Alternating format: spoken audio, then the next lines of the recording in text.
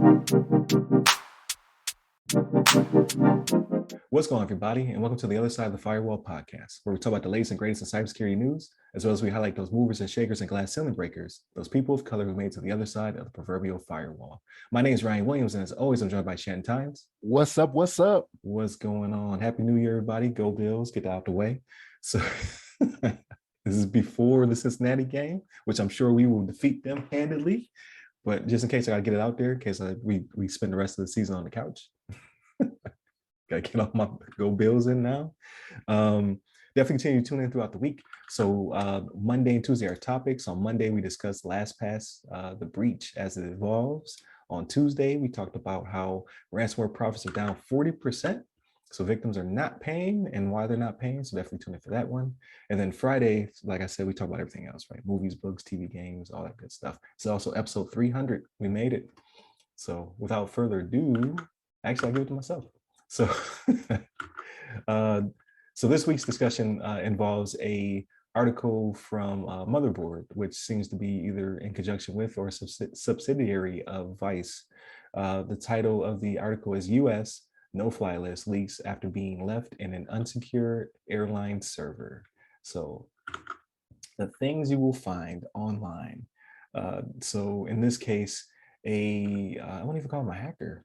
I would say probably a hacktivist, because he believes he's doing something right in spite of leaking, confidential government documents. This happens to be a list from 2019, so it is outdated, but it gives a peek behind the curtain of something that most of us don't know anything about, right? No-fly zone. Most people are not on this list, and we try to avoid it by not getting, drunk in airports or fighting flight attendants or the such.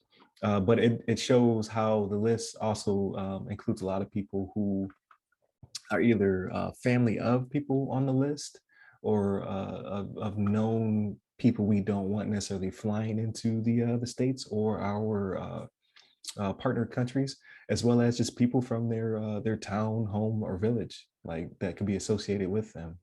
So that's kind of why the guy leaked it. He was browsing the interwebs using the browser Shodan, and then just looking for unsecured, Jenkins servers? Is that what he's looking at? Let me double check, make sure I'm not using the wrong company, as though they will come after me, right? Like, you don't talk about our servers.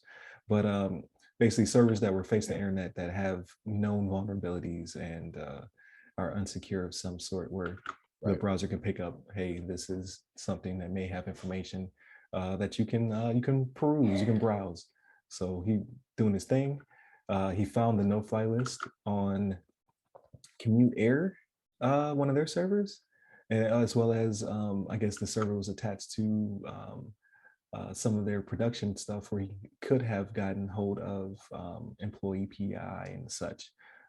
There's no evidence of that. It seems as though he grabbed the list and he ran with it. The list contained, let's see,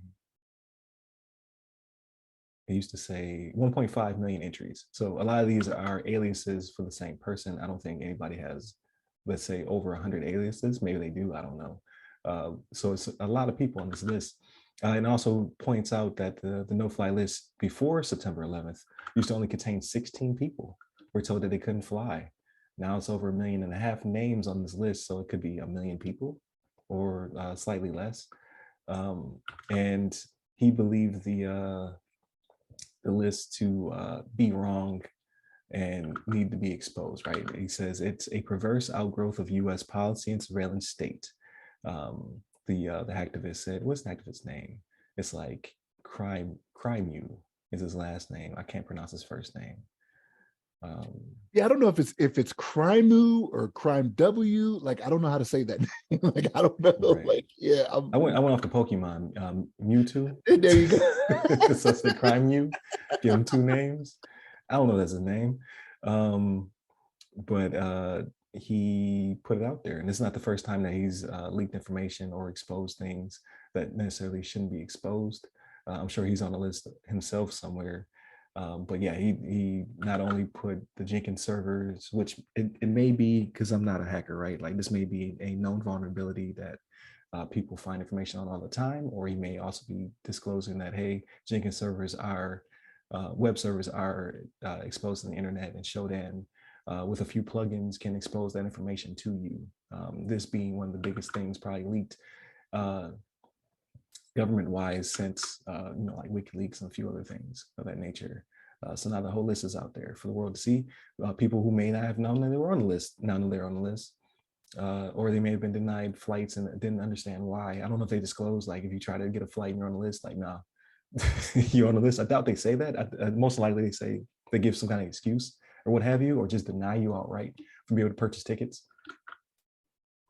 I don't know. Like I know if you get into a fight in the airport, they tell you you're on the no-fly list. don't come back here. If you're harassing our flight attendants and what have you.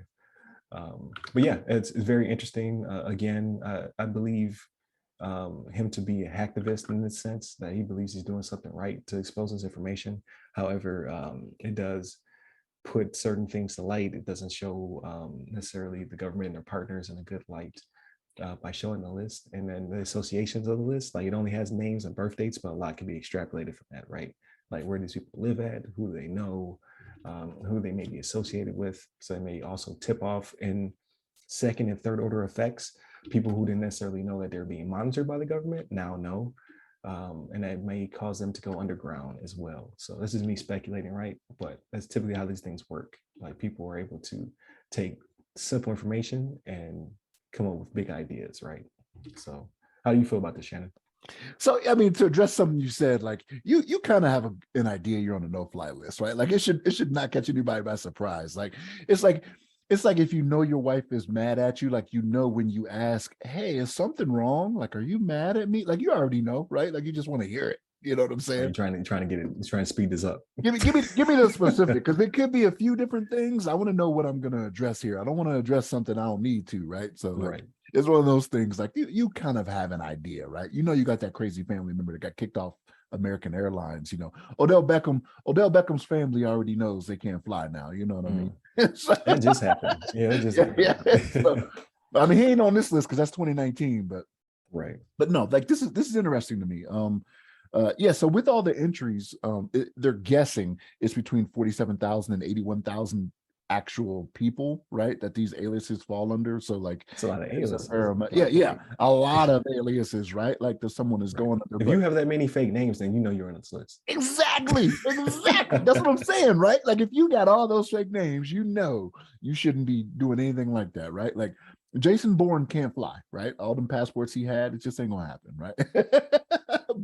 but no, like this is even though it was an old one, right? Like I'm not gonna sit here and say, well, all of those people are no longer on the list, right? But the thing is, there are new names that are not on the list that may be on there, but I don't know. Like I feel a little conflicted about this, right? Because I've said this before, right? Like I'm the Patriot Act guy, right? Like do what you got to do to keep these people from fighting stewardesses. Like they got it rough now. You know what I mean? Let me not say stewardesses, flight attendants. I'm sorry, my apologies, flight attendants, right?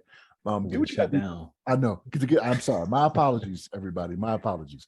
But do what you got to do to keep these people out of the air, right? Like, and it's not just that, right? Like it could be for terrorism, right? Like there are people who are looking out for terrorism, because you mentioned it before 9/11. The flight was the no-fly list was 16 names, right? We had 16 names on it, right? There was more than that in the conspiracy that happened for 9/11. Let me not say conspiracy for 9/11, but the planning and the people that were involved in 9/11. Right. The plot to make it plot. happen. There you go. Plot. Yeah. That's what I'm gonna say. I don't want to say I'm saying this is a conspiracy, y'all. That's not what I'm saying. I'm not that guy. But yeah, so like it was something, it's something that's needed, but it should probably be better protected. Let me not say it should be better protected, but I think this is one of those things where it's not like, okay, the government didn't do its job in protecting it, right? Like they got this from a different airline. Like you have to give this to all the airlines. The third party. Exactly. The third party's got to do a better job of protecting this, right? Like it is a necessary evil to have this list. Like we 100% need it, but it should be treated more secure. It should be protected better than what it was. Cause like if he just going around, he found this on an unsecured server. Like, and I want to say in the article, he mentions how he had done a few servers before, nothing too good, and all of a sudden he started seeing these terms that kind of drew him to this one or whatever. And then we looked in there, he was like, oh, like he got a little excited, you know what I mean? So yeah, I mean, I mean, these airlines got to do better, right? Like, and it's not just for this. Like, they just need to do better all around. Like some of the stuff that they're doing now, you know what I mean? Like, but yeah, this is it. It's because of a misconfigured development server, right? Is the reason he found this. So what else is misconfigured from this airline, right? Like the stuff that actually contains PII. Like, why is that not being protected better? You know what I mean? Like, this is kind of a sign of, you know, how they do business, and it's just not good, right? And the thing is, this is the only one he found. I'm willing to believe with all the airlines out there, it's probably isn't the only one that probably has lax security on something like this. But Right. this should spark them to do better, hopefully, right? But I can't say for sure. Yeah. Well, I mean, they'll at least I think it mentions in the article that CISA was reached out to help them with the conduction of um, kind of the investigation and what have you. So now you have government involvement as well. So there's going to be backlash for the company. Like, hey, if we can't trust you with the list, then you can't fly. Like because we have to give you the list so you can make sure you don't put people on planes that don't need to be on these planes. If we can't provide you the list, then maybe you lose some kind of license or something like that where you cannot fly people around. So they will definitely be not hammered down, but the screws will be turned on them to ensure this does not happen again. And I'm sure they're already working to make sure that other airlines also do not have this issue, so they don't lose a more current list. So it's interesting. It's definitely interesting. It's whenever you see these leaks, you get to see a little bit behind the curtain, as well as you get to see how everyone is not doing their due diligence to keep the information safe. So I'm sure this.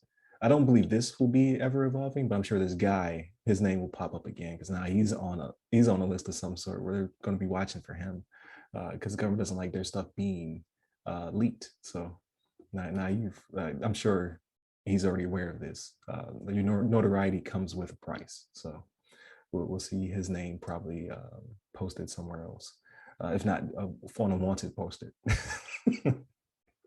of some sort.